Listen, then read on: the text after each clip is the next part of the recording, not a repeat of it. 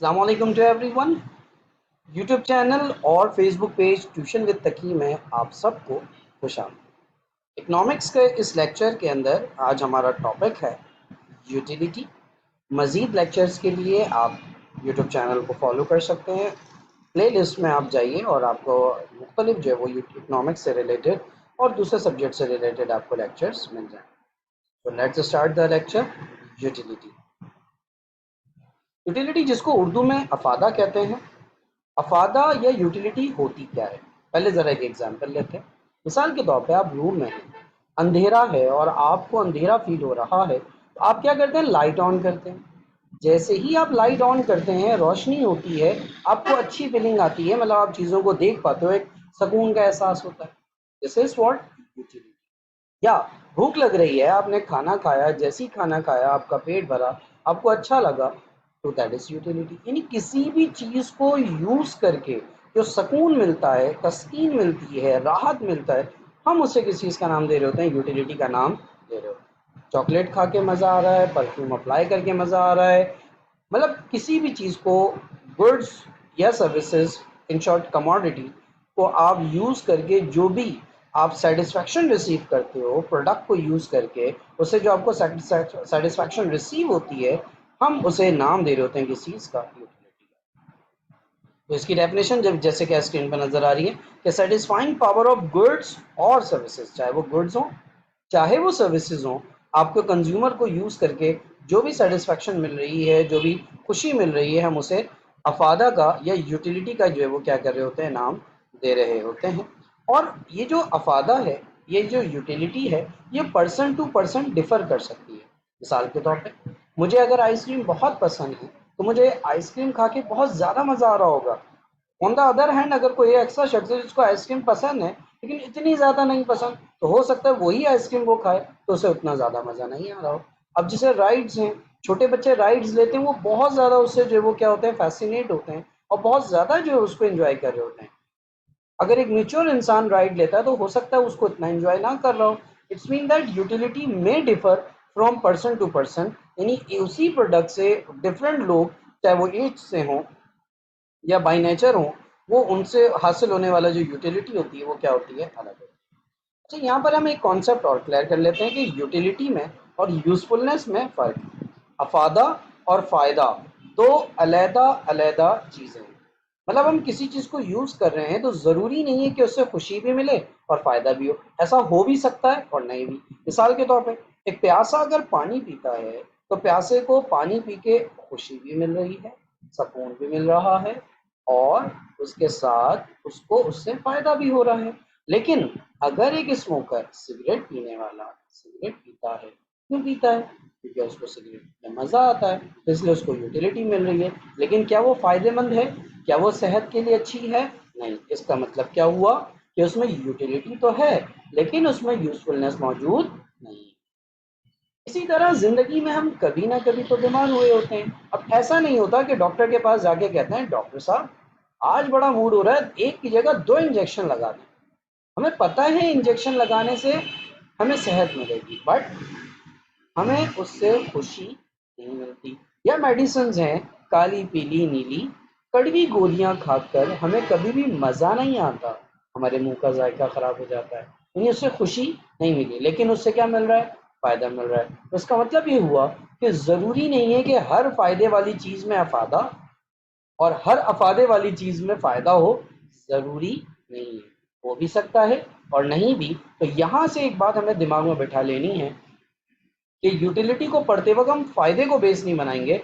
किसी चीज़ को इस्तेमाल करके जो मज़ा आ रहा है, सुकून मिल रहा है, सेटिस्फैक्शन मिल रही है, हम उसे यूटिलिटी का नाम दे रहे होते हैं।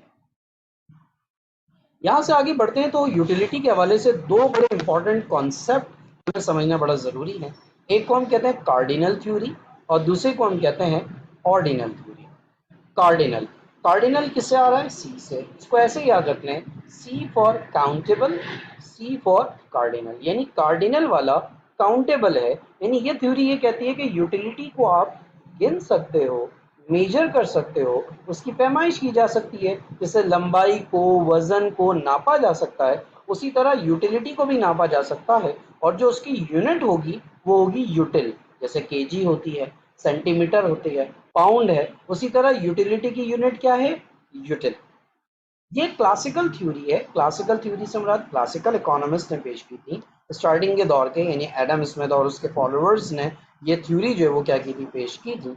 और इसके बेसिस पर हम इकोनॉमिक्स के अंदर law of diminishing marginal utility और law of equi marginal utility की जो थ्योरीज हैं वो हम क्या कर रहे होते हैं? डिस्कस कर रहे होते हैं। अच्छा, कार्डिनल थ्योरी को उर्दू में हम जो है वो कह रहे होते हैं मिकदारी, क्योंकि इसमें मिकदार है, गिना जा सकता है, मापा जा सकता है। तो लिहाजा मार्जिनल जो थ्योरी है वो हमारी बेसिकली किस चीज़ के अंदर आ रही होती है? कार्डिनल, जिसे उर्दू में हम क्या कह रहे होते हैं? मिकदारी नजरिया कह रहे होते हैं।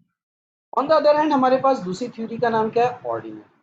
ऑर्डिनल थ्योरी कहती है कि यूटिलिटी को हम गिन सकते हैं, नाप नहीं सकते। कार्डिनल वाले कह रहे हैं गिन सकते हैं, ऑर्डिनल वाले कह रहे हैं ना, यूटिलिटी को गिन नहीं सकते।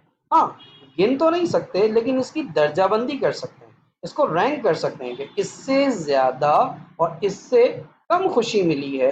ये थ्योरी जो पेश की थी वो की थी पेश जे आर हिक्स ने, और उन्होंने इसको इंडिफरेंस कर्व के थ्रू जो है वो समझाया था। बीकॉम लेवल पर और मास्टर्स लेवल पर हम जो है वो इसको बड़ी डिटेल से जो है वो क्या कर रहे होते हैं? डिस्कस कर रहे होते हैं कि इंडिफरेंस कर्व होता क्या है, जिसे उर्दू में जो है वो हम नाम दे रहे होते हैं किस चीज़ का? तौसीफी नज़रिए का नाम दे रहे होते हैं। तौसीफी तारीफ को भी कह रहे होते हैं, और तौसीफी से यहाँ मुराद क्या है? विच इज़ नॉट काउंटेबल, जिसको हम गिन नहीं सकते, जिसकी मेजरमेंट नहीं की जा सकती। अगर मैं इसको एग्जाम्पल से समझाऊं, फॉर एग्जाम्पल आप एक पेंसिल लेने के लिए जाते हैं, पेंसिल आपने परचेज की 10 रुपए की।